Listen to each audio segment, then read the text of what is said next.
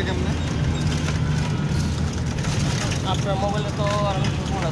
Power button আর volume button চাইপা ধরেন, জোরে চাপ দিয়ে ধরেন। উপরে বাটন ভলিউম বাটন উপরেরটা, আর পাওয়ার বাটন চাপ দিয়ে ধরেন। আমাদেরটা মনে হয়। দেখেন আপনি, আপনারটা তো কিছু না।